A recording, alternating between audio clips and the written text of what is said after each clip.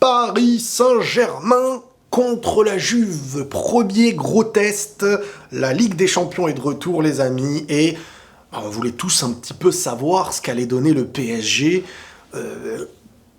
Version Galtier. Victoire 2-1 du PSG. On revient sur le match. Donc, on est sur un PSG qui, j'ai envie de dire, a recruté Ramos, qu'il n'avait pas l'année dernière, et qui a enfin le véritable trio Messi, Neymar, Mbappé. Alors, quand tu vois le début de match, voire la première mi-temps, honnêtement, c'est du très très haut niveau. Alors, est-ce la Juve qui était moyenne? Mais je suis désolé, la justesse du football présenté par le PSG en première mi-temps, quand tu vois qu'il en faut très très peu malgré le manque d'espace pour Neymar, Mbappé et Messi, et que tu vois comment ça joue au ballon, de toute manière, je savais très très bien que quand Paris va jouer les matchs en phase de domination, on verra très souvent ce visage-là. Je parle surtout de la première mi-temps. Pour la deuxième, et j'ai envie de m'arrêter sur deux choses déjà. Déjà, le côté de plus en plus efficace d'Mbappé. Les deux premières occasions réellement qu'il a, il explose la cage. Et vraiment, tu sens que le mec est d'année en année, en termes de finisseur, il finit, mais vraiment propre. En plus de ça, ce qu'il a de plus que beaucoup d'autres, c'est cette vitesse. Et c'est ce que j'ai envie de dire derrière comme message, c'est que il ne sera que plus fort avec Messi et Neymar derrière à ses côtés.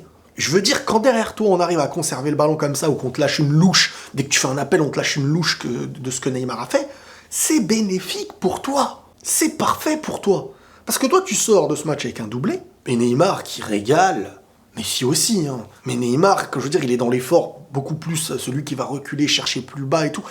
Neymar aussi est en mode patron, parce que je vois que sur Canal, il y a écrit Mbappé en patron, mais Neymar en patron sur beaucoup plus de phases du terrain, et Mbappé sur cette profondeur. L'un a besoin de l'autre, l'autre a besoin de l'un. C'est ce que je veux dire. Mbappé, il a besoin de ses passeurs et ses porteurs de balles hors normes, et Neymar a besoin, pour conclure son talent et ses actions et son portée de balle, de joueurs comme Mbappé. Maintenant, le gros point noir pour moi du match d'Mbappé, qui aurait pu se solder par le match parfait, doublé, passe, c'est la passe qu'il ne met pas à Neymar en deuxième mi-temps. À ce niveau, en Ligue des Champions, certes, tu mènes 2-0, tu fais cette passe-là, elle est cadeau. Je vais pas aller dans la tête d'Mbappé, mais limite, on dirait qu'il voulait même pas que Neymar marque ce but. Et ça, attention, parce que derrière la Juve remonte à 2-1, et si à ce très haut niveau, parce qu'à ce haut niveau, les 3 points et tout, bon, je veux dire, dans la phase de groupe, tu peux te rattraper sur d'autres matchs si imaginons, il y avait nul à la fin. Mais c'est une tâche, cette action. C'est une tâche parce que alors, dans sa tête, est-ce qu'il n'a pas vu du tout Neymar et il s'est concentré sur la cage pour aller finir? Mais tu ne peux pas normalement ne pas faire la passe à... En plus, quand j'en parle, derrière, c'est diffusé sur Canal, cette action, je ne sais pas s'il l'a vu ou pas, mais au très haut niveau, il faut tuer les matchs. Regardez l'année dernière contre le Real, que ce soit Paris, City, Chelsea, un but, même quand tu mènes 2-0 et que tu crois, un but a trop de valeur. Et ne pas marquer un but qui est tout fait sur une passe que tu ne vas pas faire, eh ben ça peut te sortir d'une Ligue des Champions. Au très très haut niveau, ça paye cher. Maintenant, il met un doublé parfait, mais sa lucidité, ça aurait été parfait. Comme je dis, je suis dur avec les plus grands. Tu me dis, c'est un autre joueur, un joueur beaucoup plus moyen. Bon, le mec, il a mis un doublé, je retiens que le doublé, mais Mbappé, il met un doublé. En plus, je trouve que vraiment, dans la zone, il a cette capacité maintenant à vraiment planter. Il a pris en technique de tir beaucoup plus qu'avant, il évolue. Tu sens une évolution. Et s'il garde cette vitesse-là, il est monstrueux. Bref, t'as Messi, qui est toujours pour moi, qu'on ressent beaucoup mieux qu'avant sur des déplacements, sur des combinaisons. Le trio offensif est très très dangereux. Dans ce club-là, vraiment ce trio offensif, de jeu en triangle, Messi, Neymar, tu vois. Faut laisser Messi, Neymar un peu chipoter le ballon et Mbappé partir et marquer. C'est un petit peu ça. Après, j'ai beaucoup aimé encore une fois Vitinha, Verratti et tout. Il fallait se battre, ils se sont battus. Mais dans un match que tu réussis, que tu as quand même maîtrisé, tu sais que tu pouvais gagner et te rassurer beaucoup plus facilement. Alors, faut toujours chercher ce qui peut aller, ce qui ne va pas. Si on te dit, bon, bah, t'as les 3 points, c'est bien. Mais quand tes paris, que tu pouvais mener 3-0 normalement. Je prends... Parce que juste avant, j'ai fait le débrief du Real. En fait, je prends l'exemple du Real. Le Real se fait dominer comme des fous. Le Real prend ce qu'ils ont à prendre, ils gagnent 3-0.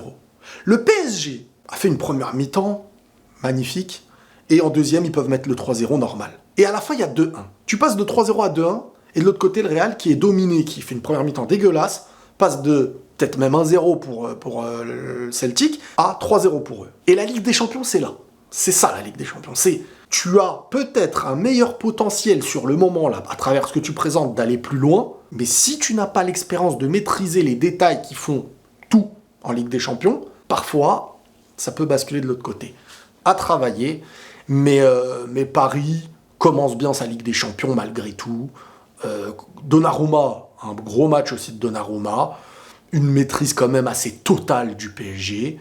Quand je voyais la première mi-temps, je voyais le PSG qui domine comme en Ligue 1, en fait. Donc c'est rassurant. Après, attention, les phases de groupe, Paris aussi nous a déjà habitués à nous montrer des visages, parce que la différence entre la phase de groupe et la phase et les huitièmes, le deuxième tour, quoi, le tour le plus important, huitième, élimination directe et tout, la quart et tout, c'est que t'as pas l'esprit aussi tranquille et t'es pas emmené sur le fil, j'ai envie de dire.